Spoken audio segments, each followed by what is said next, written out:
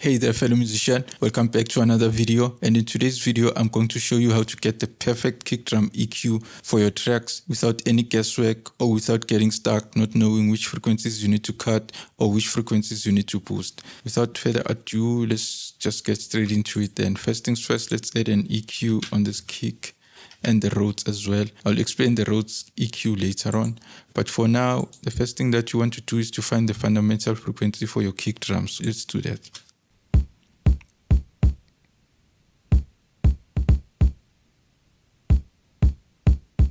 So the fundamental frequency for this kick drum is around 68 Hertz, 69 Hertz. So I know that that's a C sharp. So what I'll do is go on the Pro Q and then just add a C sharp. It's around 60 Hertz.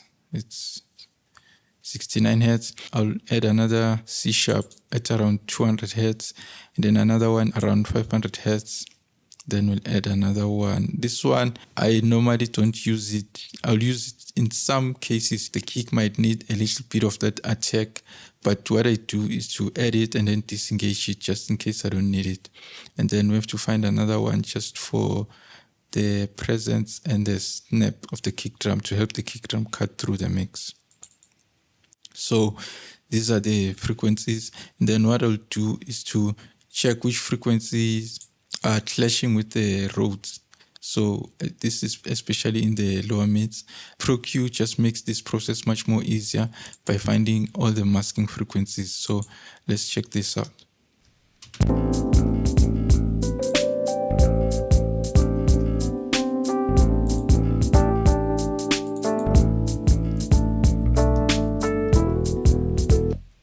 So as you can see, without any guesswork, we saw the red lights. So we know that we are in the right frequency range with our kick drum. So it was around 270, 260, which is fine.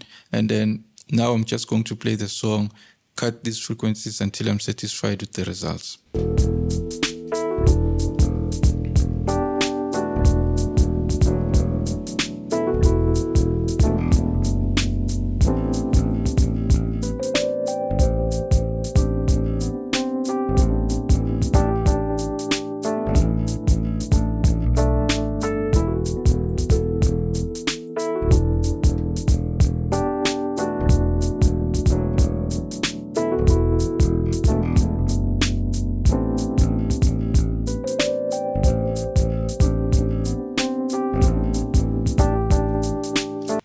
And then that sounds good. Now you can hear the bass and the Rhodes in the lower mid frequencies without being masked by those boxy and muddy frequencies from the kick drum. So now what I'm going to do is just to add a little bit of weight in the lower frequencies and then help the kick drum cut through by boosting the higher frequencies.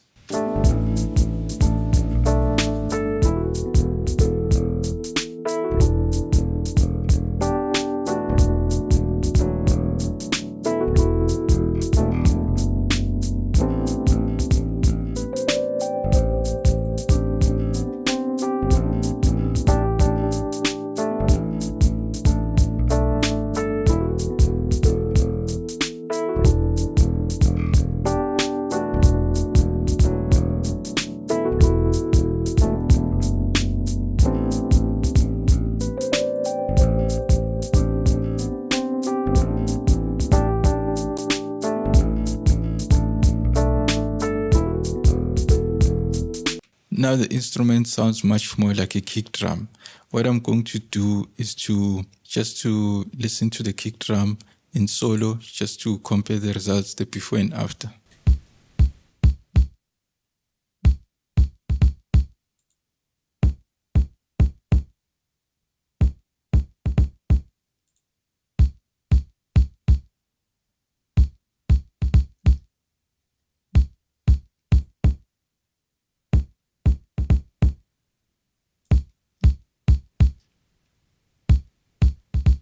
So now you can be able to hear that those boxy frequencies and the muddy frequencies are well taken care of.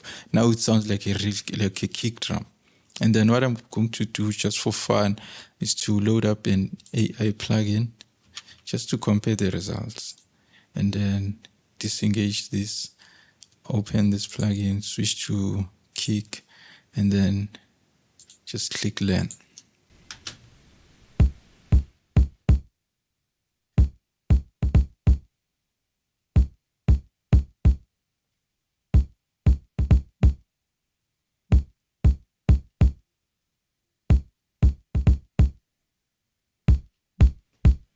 So now let's switch between these different EQ curves until we find one that works perfectly for this kick drum.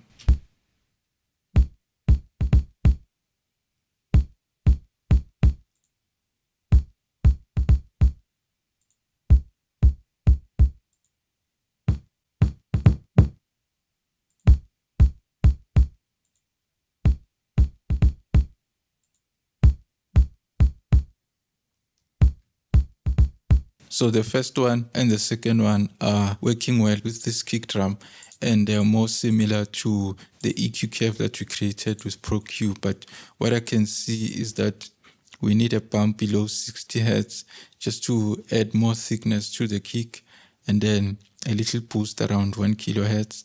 So let's turn this off, and then let's open Pro Q again, and then bring those frequencies in the context of the music just to hear how they sound.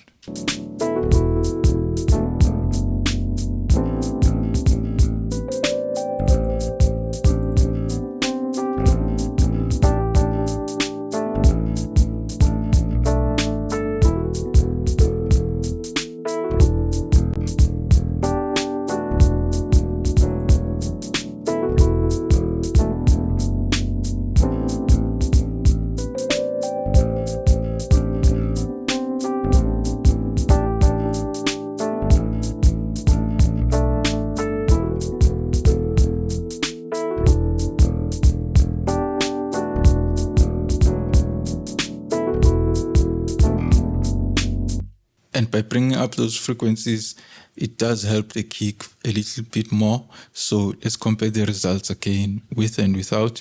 And then what I'll do is just to level match the gain so that you're not fooled by any loudness.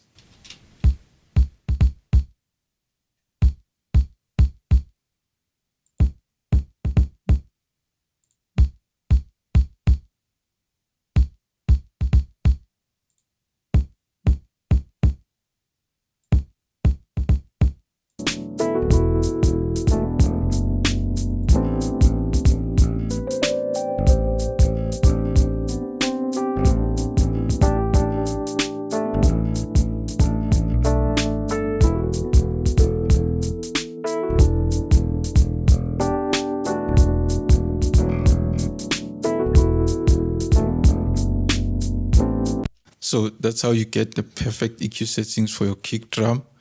By the way, if you're still struggling with getting the right mix bus processing for your music, make sure that you check out my previous video where I reveal Andrew Sheps's mix bus chain, where I show you how he doesn't use compressor to glue his mix. He only uses reverb to glue his mix. So make sure that you check that out. If you have any questions about this tutorial, make sure that you click the link in the description. It will take you to my blog post where I explain everything in detail. You can also leave a comment below and I'll definitely get back to you. And that's it for today. Take good care of yourself. Cheers.